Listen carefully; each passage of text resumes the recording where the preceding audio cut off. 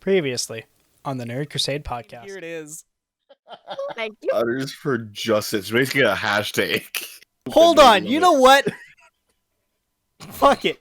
If you are on Twitter right now and you tweet at us, if we get like 5 tweets about Udders for Justice, we will do an episode. We'll speed up the delivery of it strictly about BATCOW.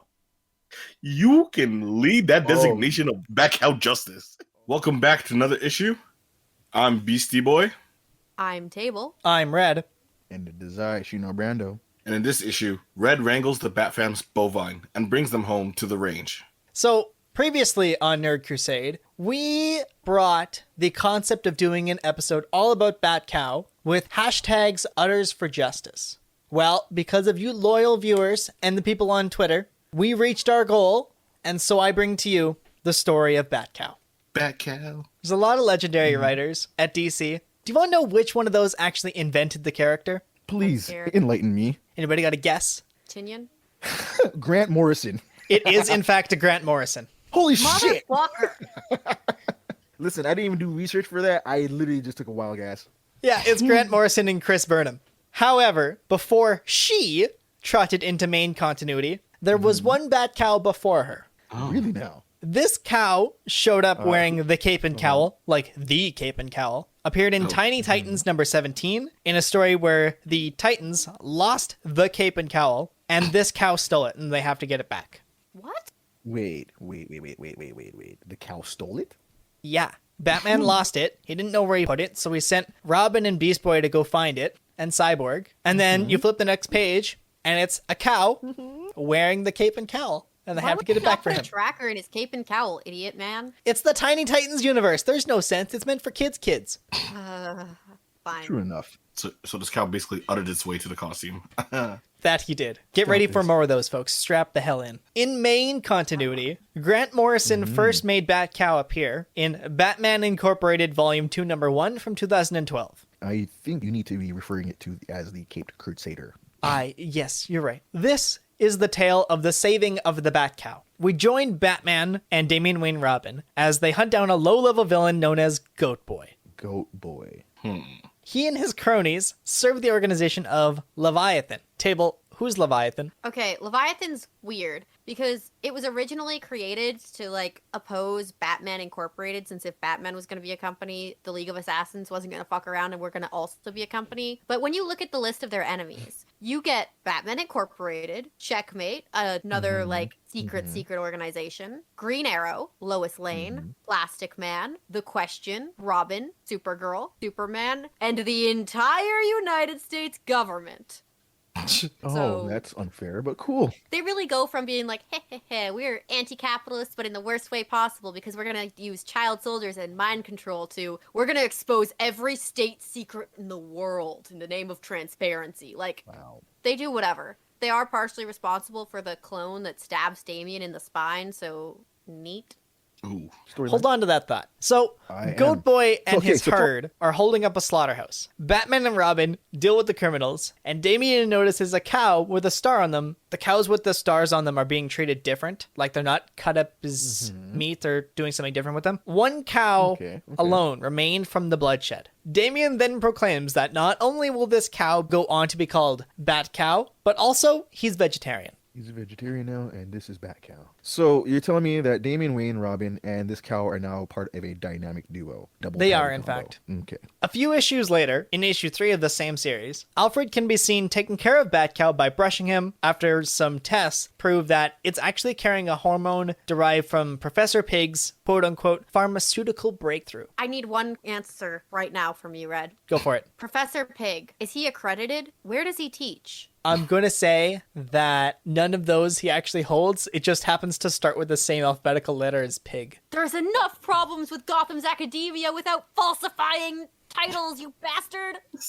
We go on to see, just a couple issues later after this, that BATCOW actually becomes like really chummy with Ace the Bat Hound, and also Alfred the Cat. No, Damien's menagerie. I feel like I need to clarify that this is not actually like our Alfred turned into a cat. This is a cat that Alfred brought to Damien, and Damien decided to call Alfred. I don't know if this is just Alfred's a pussy joke somewhere, but I'm smarter than that to make that Nah, man, you gotta keep in mind, Damien respects animals. It's probably a sign of affection. Maybe. But also, that's pretty funny. Eventually, when Leviathan does kill Damien, and Batman has to don the greatest power armor ever worn by the Caped Crusader, the Hellbat armor, so he can get his son's soul back from hell. Because, he's Batman. Yeah, of course. While Batman is in hell, and the rest of the Bat family, your Batgirls, your other Robins, even Batwoman joins the fray, while they're going through Gotham, making sure that Batman's position is still filled for the night, Alfred has continued to take care of his, quote, dear Bovine, while the Bat family parades around Gotham. The Bovine of the Night, she who seeks homogenized vengeance. 100%. Actually, 2% facts. 90% hero, 2% partially skinned. In 2016, Jonathan Kent and Damian are having the age-old argument of, my dad can beat your dad. Alfred takes them aside and decides to show John all of the Batimals. So, BATCOW, Alfred the cat, the demon gargantuan dog, Titus. Titus is a normal dog. He's just big. Oh. He's just like a Great Dane or something. Great Danes tend to be big. Wait, then what's the big red creature's name? That, my friend, is Goliath, and that's just straight up a demon. That counts as a Batimal in my opinion. I Yeah, mean... he's also Nobody's hanging Damien's with weird demons now. pet, so Okay. yeah. He's also Damien's weird pet. You guys are just glossing shit over, like with no explanation. Like he just owns this demon now. He Yeah, does, like, but that's- Table, how did one get Demon? He accidentally saved it when it was small or something, and now Goliath is just like, you and me, bro. Wait a minute. So they made me rip off Hellboy? I'm done. Something Yeah, like pretty that, much. yeah. Yeah, pretty much. In fact. Oh, shit. Behaves kind of dog-like, but also not at all, so it's a bit of a toss-up what you're gonna get. What you do know is you do not want to fight Goliath, Lorge. Makes It's like a sense. very fuzzy-looking Balrog. Oh shit. Yeah, with a big ring around its nose. Oh, okay. Understood. Big. In 2019, DC released the special Dog Days of Summer, an 80-page giant all centered around the most notable pets and creatures in the DC universe. The stories include Crypto and Supergirl in The Crucible, Killer Croc in Citizen Croc, Seems rude. trying to Waylon be Jones reformed? is just a guy. Don't be mean. Is he trying to reform himself? Like what's happening? I don't know, I think he's gonna pull a Citizen Kane. Okay. Wait, fuck, is that the one where he wears a tie? I need to know. I'm pretty sure it God, is. What's happening?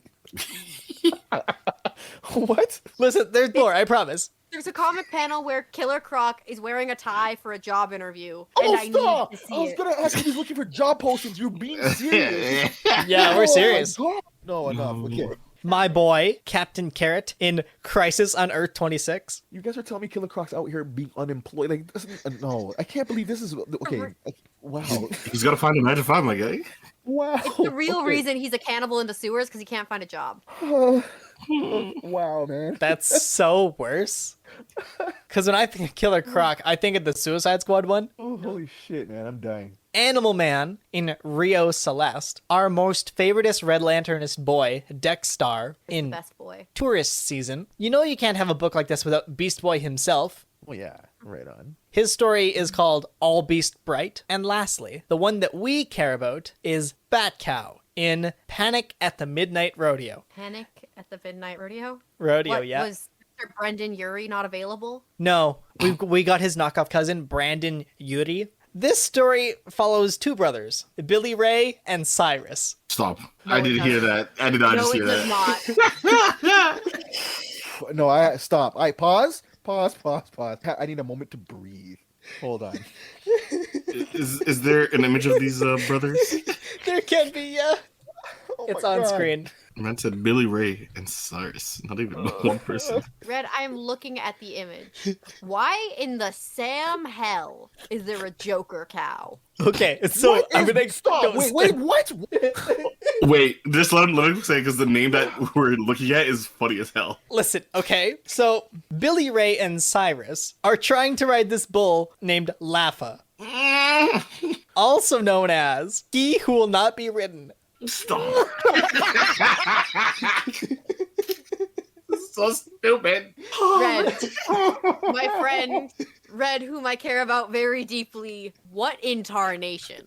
Okay, this is too rich. Okay, this is too much. Oh fuck. Okay, this I'm thing's crying. doubling down on not just one cow, but two. Got milk. Let's go, man.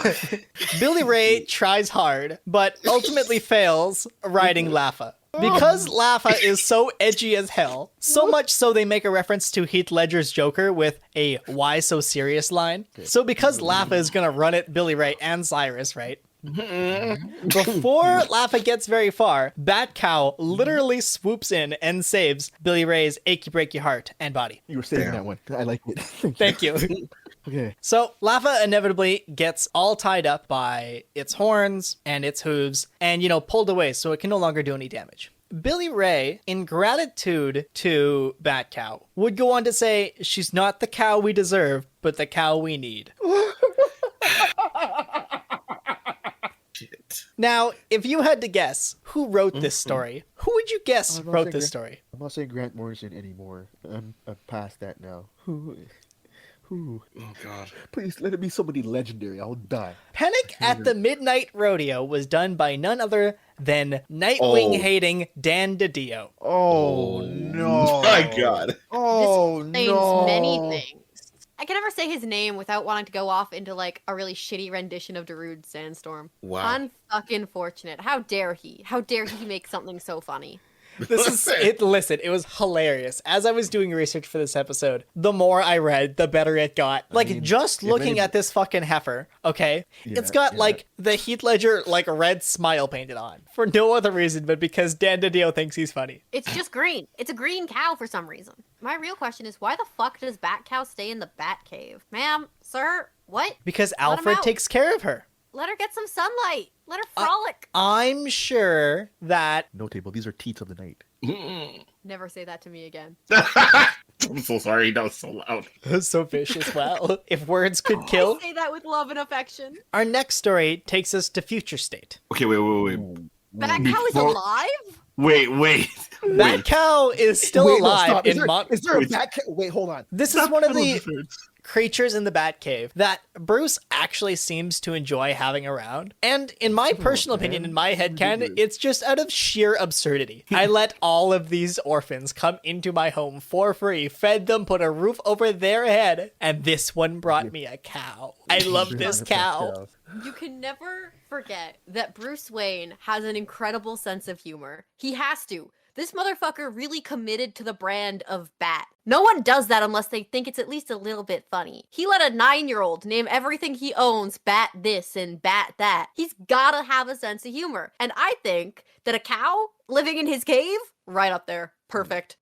Sure, man. No dude without a sense of humor keeps a giant fucking penny. Listen, man. Red, you said Future State, and now my head is trying to not think about BATCOW Beyond. Please tell me that's not a thing. Okay, I won't. BATCOW Joker Jr.? I won't. I will tell you, though, that BATCOW Beyond is its own interesting character that only exists for a little while. Shut the fuck up. Keep going. In a different reality, aside from main continuity, BATCOW Beyond actually exists. Now, it has only been mentioned in passing, so unfortunately there was no images of BATCOW Beyond. Anyone listening to this, drop a BATCOW image in the fucking comments, man.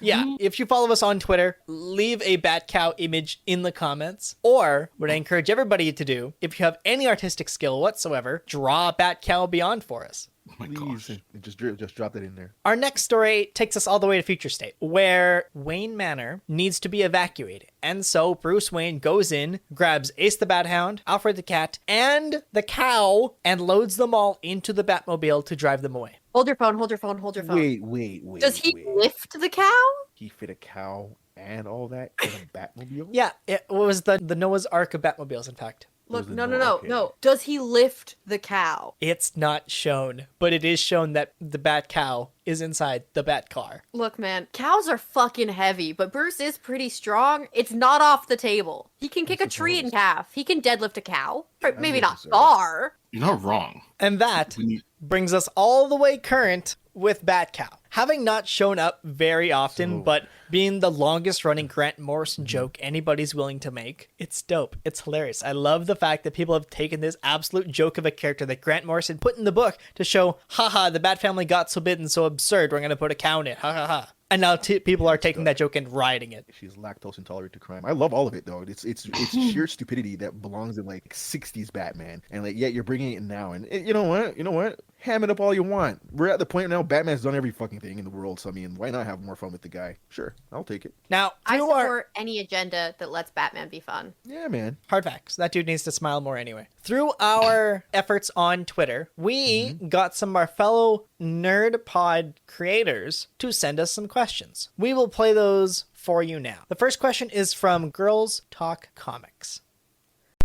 Hey everybody, it's Erin from Girls Talk Comics here with a BATCOW question. I want to know what you all think would be the Joker to the BATCOW. What animal would the Joker be? Or, if you do not want to explore that question with me, what kind of adventure would Jarro and BATCOW have for their either summer or holiday one-shot issue? Inquiring minds have to know. Inclined to say some sort of rooster because roosters are inherently evil. I mean, damn. A really elaborate peacock. Ooh. I just immediately thought of a hyena because that makes the most sense of like laughing wise. Classic move, a classic.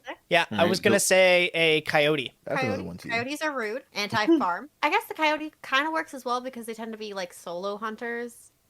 Peacock's fun, especially because peacocks are dicks. Yeah, they Rooster's are. slightly more farm, but admittedly more mundane. The Hyena. classic move. I don't know how that'd get to a Western farm, but in a non-Western setting, why not? No, for sure. I just was like, but this animal will make the most sense. This No, here I is a feel Texas hyena. Texas hyena. Oh god. Absolutely. Jarro does have very tiny legs, but Jarro's also the real muscle and the real powerhouse in the group. So, gonna have to do the heavy lifting once they get to the conflict. But BATCOW has to be the mobility. I think the story behind that will be introducing Jarro to the League of Super Pets. Wait, I got one for you. Okay, go ahead. So introducing Jarro to like Streaky the Super Cat and Crypto the Super Dog and Ace the Bat Hound. I'll do you one better. We'll treat Jarro and BATCOW like we treated Green Lantern and Green Arrow and have them cross country and just solve real social issues. Jarro That'd be and pretty great. BATCOW hard traveling heroes. There it is. And you know what? Jarro is psychic. Jarro can talk to BATCOW and people. There it is. It writes itself, man. To be true. Real SJW bullshit, Jarro. Stop. It's true. I say this SJW bullshit, affectionate. On it, Dad. Start serious. Everything about Jarro is funny as hell. I can't believe we have almost as many canonical situations where Batman hugs Jarro as we do him hugging his own fucking children. More so than. Our second question comes from Mash from Geeks Hop News. Hey, it's your boy Mash from Hops Geek News, sending in a wonderful couple questions about the one, the only BATCOW. Just want to say thanks to Nerd Crusade for giving us the opportunity to send a couple questions in. And I think the first one is the Udder actually the utility belt? Like, do they have their own utility belt, or is the Udder just like shooting random things out in a very disgusting manner? No. Absolutely not. How No. Does it squirt No. out the other weapons and the other bat things that BATCOW has on its bat person? That'd be too painful for her. No, man. Yeah, That's just no, bat like- milk. Good for cereals. And blinding enemies. Yeah, maybe. Yeah. Yeah, okay. Yeah. Yeah, right? That's some Grant Morrison thinking right there. If anything, there's utility like anklets for accessible tools. Just like stomp on it with her little hooves. She can access tools. Yeah. I got curds in my eyes. Am I supposed to get curds in my eyes? Would it be curdy that quick? I hope not. That's gross. Oh no, 2% milk. I'm lactose intolerant. Like, not the eyes. His other question is, And then the last is milk on the utility belt? Is that how they just like get away from bad guys? They just shoot milk into the eyes of the bad guys, and that's how they get away. Either way, thanks again. Like I said, it's your boy Mash, and I love me some BATCOW. I mean, I you know funny. what? I think the BATCOW still has to move in silence and secrecy. That is the MO. And so I think it creeps up and then just use the hooves, kicks to the to the chest. I think when it's surrounded by the enemy, we're talking like 5-6 guys, then the milk is squirted and then we blind the enemy, and that's how we do it, for the whole squad, right? That's how I think it goes down. Important to keep in mind, y'all. Cows can weigh like literally a ton. Like the average weight of a female adult cow is 720 kilograms. I don't want to fight that. If that thing has malicious intent, I am afraid. You gotta imagine, right? Batman in peak physical form probably weighs what? 180, 190? Probably a little higher than that. 200 because he's really got Batman's more of a powerhouse than an acrobat, generally speaking. Fair enough. From what I'm But seeing, like, he's still got to be like flexible enough to do some of his more acrobatic moves. the general weighing in for Bruce is usually around the 22-30 mark for him. Fair enough. A real heavyweight like that, yeah. My point was, I barely want to scrap with a dude that weighs 230, let alone scrap with the cow that weighs, I don't know, 10 times that. Absolutely the fuck not. If BATCOW wants to fight, I am actually running in a different direction. Or you're gonna be hearing Moo just chasing you in the streets. Moo, moo, moo, moo, moo, moo, moo. Clack. Where are you? Our Rainbow. evil heels. It's like, where are you? It's like right behind him. It's like, moo. And just take him like, If a cow could be sneaky, I would be very scared. See, I don't that's think BATCOW needs milk. That's a well-trained cow then. yeah, that's what I'm talking about. That's what I said. That's why I said the cow moves in secrecy. It moves like Bruce does. It's quiet. And it just comes around and gives you that kick. Oh, you're kicked and you're down. You know what I mean? Like just completely moving like Batman, but just on 4 legs. Oh, jeez. Thank you for the nightmare fuel. Moo. And with that brings us to the end of our BATCOW saga. We want to thank specifically everybody over at Girls Talk Comics for leading the entire charge on social media for hashtag Udders for Justice. You've brought beefy vengeance. Thank you. Without you, this episode was not possible. Way to be lactose intolerant on crime. With that in mind, Beastie, if you please. If you'd like to hear more, make sure you hit the subscribe button so you can tune into every Wednesdays, and you can catch us on Twitch, streaming live on Thursdays and Mondays at twitch.tv/NerdCrusade. You can also follow us on Twitter and Instagram for updates and more BATCOW talks there, and join our Crusader chat on Discord by checking our link tree in the description below. You can also download any previous episodes or listen on your mobile device through Anchor.fm or search Nerd Crusade on your favorite podcast app. Thanks for joining us, and until next time, fellow Crusaders. We cover a folder full of missing cow clowns, and that's to be continued. Moo! Thanks for tuning in. If you like this video, go ahead and button mash a thumbs up. If you want to swing by when we have a new video, web up the sub button.